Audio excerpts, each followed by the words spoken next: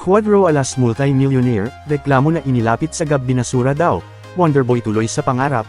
Ninampal during face-off, former WBA champion may laban versus Virgil Ortiz. Una sa mga balitang boxing ay pagkatapos sa 2 buwang bakasyon ni Pinoy prospect Wonderboy Martin, ay muli na itong lumipad pabalik sa Amerika upang maipagpatuloy ang training para mapaghandaan ang panangakong World Championship title fight ngayong taon. Pero dismayado pa rin ang ibang mga fans dahil gusto nilang makakita ng isang competitive fight ni Martin para masukat ang kakayahan to fight the monster. Sa ibang balita, ay naging intense ang face-off nina Luis Nery at Leonardo Camida dahil biglang nagpakawala ng mag-asawang sampal si Pantera na parehong tumama sa hangin na halatang pang-Oscar Awards na acting din. Ito ang unang laban ni Pantera pagkatapos na TKO ni Inoue. Meanwhile ay hinasa ni former WBA 154 champ Israel Madrimov ang head movement in preparation sa laban versus undefeated champ Ortiz para sa WBC Interim Super Welterweight title fight. Si Madrimov ay tinalo via decision ni champ Terence Crawford.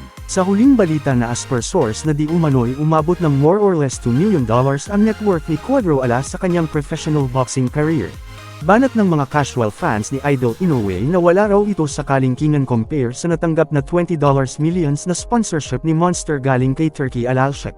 Ganun pa man ay sinabi na ni Coach Jason na magretiro man sa boxing si Utol ay mamuhay na itong kontento. Lalo na ngayon na as per Kuyang Joseph na vindicated na si Cuadro Alas. Pertaining sa numerous complaints including sa di umano threat against sa isang sikat na sports vlogger at ilang personalidad, na ang mga nasabing reklamo ay binasura na daw ng GAB. Ako muna, kami muna.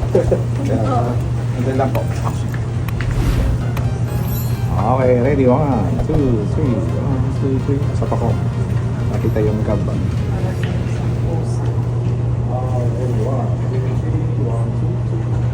Okay. Jump yung ano yung t-shirt.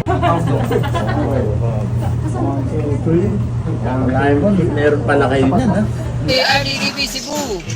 Sale lang, Kuya Joseph. Sale pa lang yan, wala pa yan. Pero pula-pula ka na dito, pre. Ako tawa. Let's